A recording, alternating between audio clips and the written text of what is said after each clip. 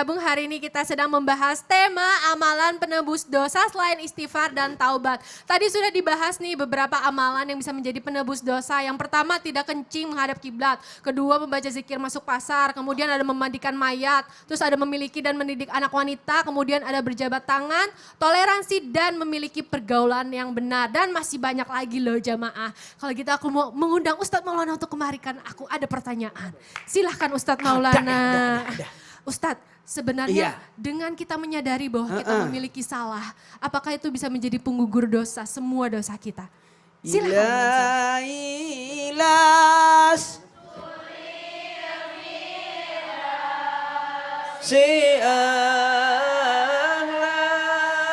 Pengakuan.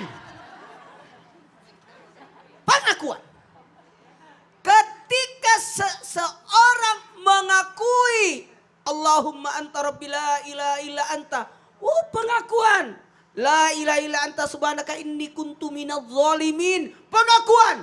Ketika orang mengakui dosanya, disitulah pertanda hilanglah kesombongannya. Hilanglah kebanggaannya.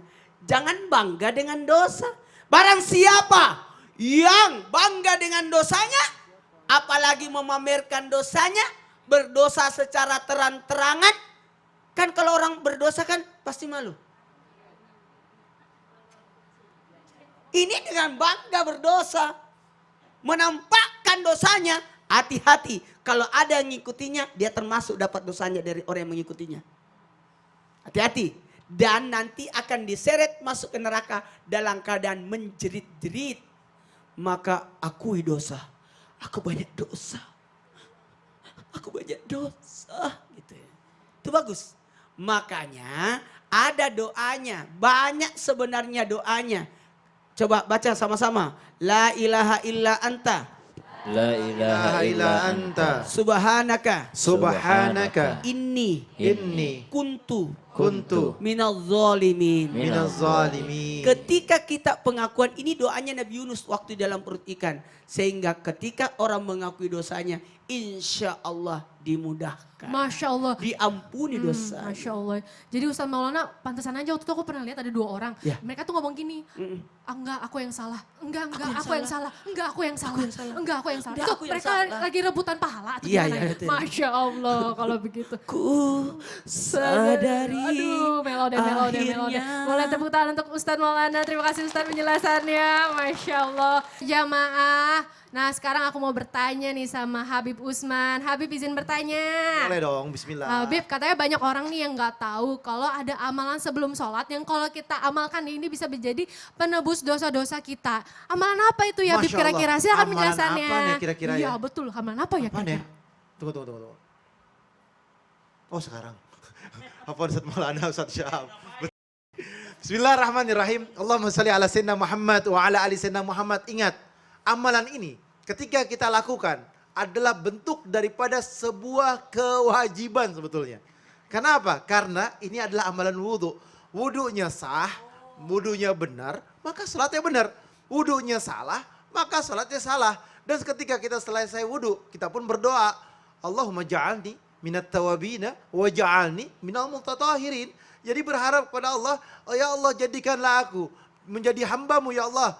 Jadi hamba yang bertaubat, yang minta ampunan kepadamu. Dan menjadi hambamu ya Allah, hamba yang suci, yang bersih. Bukan hanya badannya karena wudhunya, tangannya kena airnya. Tapi hatinya disucikan oleh Allah dengan hati yang ikhlas. Karena ridhonya Allah subhanahu wa ta'ala. Manusia juga di sini menjelaskan bahwasanya memahami, ya Allah bagaimana saya dapat keberkahan, bagaimana saya dapat ridhamu ya Allah, bagaimana saya mendapatkan ampunanmu ya Allah. Maka berwudulah, man tawadu ala tuhrin, kutibat lahu asyratan hasanah. Siapa orang yang berwudu atas sucinya, dia berwudu lagi, dia jaga wudunya. Ketika dia batal, dia wudu lagi, dia batal, dia wudu lagi. Atau man tawadu ala tuhrin, dia berwudu. Tapi dia bilang nih, oh saya masih ada wudu nih kayaknya nih, ya kan? Tapi dia mau sholat. Saya wudu lagi, mantawadu ala tuhrin. Jadi ketika dia berwudu atas sucinya, dia berwudu lagi karena ingin mendapatkan pahala dari Allah Subhanahu wa taala, kutibat lahu asratan hasanah. Allah catat bagi dia 10 kebaikan dan 10 kebajikan. Jadi kalau siapa orang yang punya wudhu jangan bilang saya masih ada wudhu nanti aja. Tapi dia ngambil wudhu lagi. 10 kebaikan daripada Allah, kebajikan dari Allah Subhanahu wa taala bagi dirinya. Dan siapa orang yang berwudhu seperti wudhunya Rasulullah sallallahu alaihi wasallam, maka dosa-dosanya yang terdahulu akan diampuni oleh Allah Subhanahu wa taala.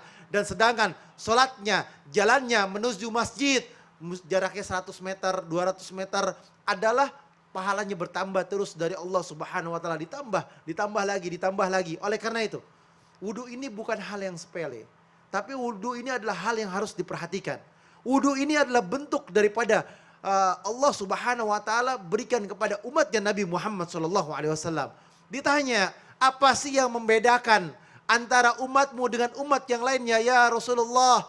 Nabi Adam sampai Nabi Isa alaihissalam itu semuanya berbeda.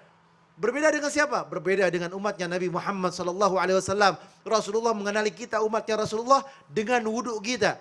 Siapa orang yang berwudhu, Rasulullah tahu ini wudhunya. Mukanya bercahaya, tangannya bercahaya, hatinya kelihatan bercahaya karena wudhunya. Dan juga Rasulullah sallallahu alaihi wasallam melihat apa lagi? Aktsaru sujud, daripada tanda sujud di jidatnya. Jadi di jidatnya ada stempelnya tuh, aktsaru sujud. Manusia yang banyak sujud kepada Allah Subhanahu wa taala. Siapa orang yang perbaharui wudhunya seperti wudhunya Rasulullah, maka Rasulullah tahu dia adalah umatnya Nabi Muhammad. Jadi kalau misalkan dia lewat nih, dia berjalan, maka Rasulullah sallallahu alaihi wasallam apa? Tahu nih umatnya Rasulullah, dikejar sama Rasulullah biar dia nggak masuk ke dalam nerakanya Allah, tapi dia masuk ke dalam surganya Allah. Sedikit kita wudhu, kita pernah wudhu, itu tanda kita nanti kepada Rasulullah. Oleh karena itu, kita yang beriman, kita yang insya Allah mudah-mudahan dengan keimanan takwa kepada Allah, yang berharap keimanan dan bertakwa kepada Allah, maka ya Allah jadikanlah kami hambamu ya Allah yang bisa menjaga wudhu. Man nama alal wudhu'in fadrakahul mautu fitilkal laylati fahuwa indallahi syahidan. Siapa orang yang dia mau tidur, dia ngambil wudhu, dia berwudhu dulu, wudhunya benar sesuai wudhunya Rasulullah sallallahu alaihi wasallam. Dari mulai kumurnya, masukin hidungnya, ditarik, dikeluarin lagi. Terus dia dari mukanya, dari tempat numbuhnya rambut sampai jakunnya, ujung kuping sampai kupingnya. Wudhunya benar, tangannya sampai ke sikunya, lewatin dikit lagi. Rambutnya, terus kakinya, ya kan. Maka dia sampai lewat mata kakinya, maka dia benar wudhunya. Maka Allah Subhanahu wa taala mencatat kalau dia meninggal pada malam tersebut, dia meninggal dalam keadaan syahid.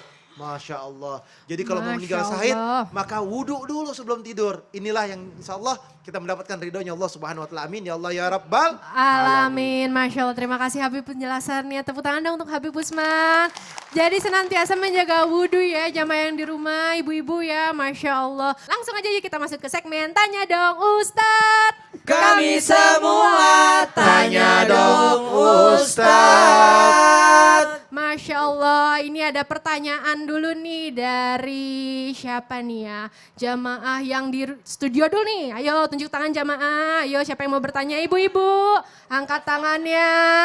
Ibu, lirik sayanya, wah mantep banget Bu. Kalau gitu ibu aja deh, silakan ibu pertanyaannya. Boleh gak kita meminta syafaat ke pemuka agama? Kalau tidak ke makam para wali itu katanya bisa jadi penebus dosa. Atau sebaliknya malah menjadi perbuatan syirik. Wassalamualaikum warahmatullahi wabarakatuh. Waalaikumsalam warahmatullahi wabarakatuh. Gimana Masya orang bisa jawab? Allah. Waalaikumsalam. Ini pertanyaan ibu luar biasa sekali nih. Kita langsung tanya aja sama ahlinya. Ustadz Syam, silakan menjelaskan Ustadz. Masya Allah. Bismillahirrahmanirrahim. Tapi guru-guruku yang dimuliakan Allah Subhanahu wa taala, jamaah di studio silahkan dibuka Al-Qur'annya surah An-Nisa ayat 64. A'udzu billahi minasy syaithanir rajim. Bismillahirrahmanirrahim. Wa ma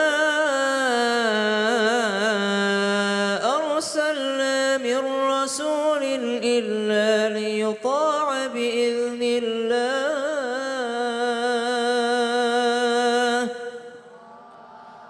ولو أنهم إذ ظلموا أنفسهم جاءوك فاستغفروا فاستغفروا الله واستغفر لهم الرسول لوجدوا الله توابا رحيما. Al-Quran surah An-Nisa ayat 64 berkisah tentang Nabi SAW. Walau annahum idzalamu anfusahum ja'uka, seandainya ada orang yang mereka menzalimi dirinya sendiri, berbuat dosa. Jadi orang berdosa itu kan menzalimi dirinya sendiri. Zalamu anfusahum ja'uka, datang kepadamu, ya, untuk Nabi Muhammad ini datang kepada Nabi Muhammad SAW. Fastaghfirullah, kemudian orang itu setelah datang kepadamu dia beristighfar kepada Allah, mohon ampun kepada Allah. Fastaghfara lahumur rasul, atau Rasul mengistighfarkan untuk dia, lawajadullaha tawwabar rahimah, maka Allah akan menerima taubatnya orang tersebut karena Allah itu Maha menerima taubat lagi Maha Pengasih. Lalu ayat ini pun sampai kepada seorang pemuda yang nun jauh di negeri Arab sana. Ketika ayat ini sampai kepadanya, orang ini pun hendak datang kepada Nabi. Dia berpikir, oh saya ini kayaknya kalau istighfar sendiri tidak diterima taubat saya nih. Saya mesti datang ziarah kepada Nabi. Maka datanglah orang tersebut kepada Nabi SAW. Ketika tiba di Madinah, bukannya ketemu dengan Nabi Muhammad SAW, pemuda ini justru bertemu dengan Sayyidina Umar bin Khattab yang tingginya kurang lebih 2 meter. Sahabat Nabi yang paling tinggi diantaranya, selain daripada Khalid bin Walid, yaitu Sayyidina Umar bin Khattab, yang kalau naik kuda kakinya sampai ke lantai. Subhanallah, tingginya Umar bin Khattab yang sedang pegang pedang. Mengatakan, siapa yang mengatakan Rasulullah mati akan kupenggal kepalanya. Artinya pemuda ini datang ke Madinah dalam keadaan Rasulullah sudah wafat. Maka pemuda ini pun bersedih. Kenapa? Karena akhirnya dia merasa bahwa tobat saya tidak akan diterima. Tapi ternyata ketika dia menziarahi Nabi SAW, penjaga kubur Nabi bermimpi. Nabi mendatangi penjaga kuburnya dengan mengatakan, suruh pemuda itu pulang karena Allah SWT sudah mengampuni dosanya. Jadi pertanyaannya ibu tadi, subhanallah, apakah dengan menziarahi makam orang soleh bisa menjadi syafaat bagi kita?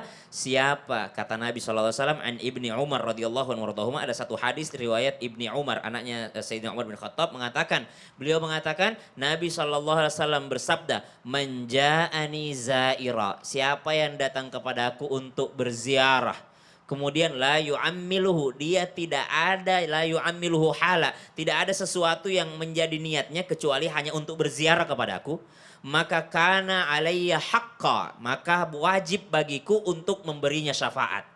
Ini kata Nabi SAW dalam sebuah sabda, siapa yang datang berziarah kepada Nabi dengan niat untuk berziarah kepada Nabi SAW, tidak ada niat yang lain untuk berziarah saja kepada Nabi SAW, maka wajib bagiku untuk memberinya syafaat. Itu kalau kita ziarah ke makam Nabi, Bu, ada tulisan di situ, syafaati li ahlil kabair, syafaatku kata Nabi SAW untuk pelaku dosa-dosa besar. Subhanallah. Jadi menziarahi Nabi SAW itu adalah menghapuskan dosa. Ibu, pertanyaannya ziarah orang soleh, lah tidak ada yang ngalahin solehnya Nabi. Jadi yang paling utama untuk kita ziarahi itu adalah Nabi Sallallahu Alaihi Wasallam. Datang ke sana, paksakan diri, menabung dengan baik untuk berangkat menziarahi makamnya baginda Nabi Sallallahu Alaihi Wasallam. Maka itulah yang akan mendapatkan syafaat. Pertanyaan kedua, bagaimana dengan makam wali-wali, makam orang-orang soleh selain daripada Nabi Sallallahu Alaihi Wasallam? Maka sunnah hukumnya menziarahinya. Datang ke sana bukan kita minta syafaat kepadanya, tapi datang dengan syariat ziarah. Bagaimana ziarah kubur? Datang beri salam, assalamualaikum ya ahlul kubur, singkatnya.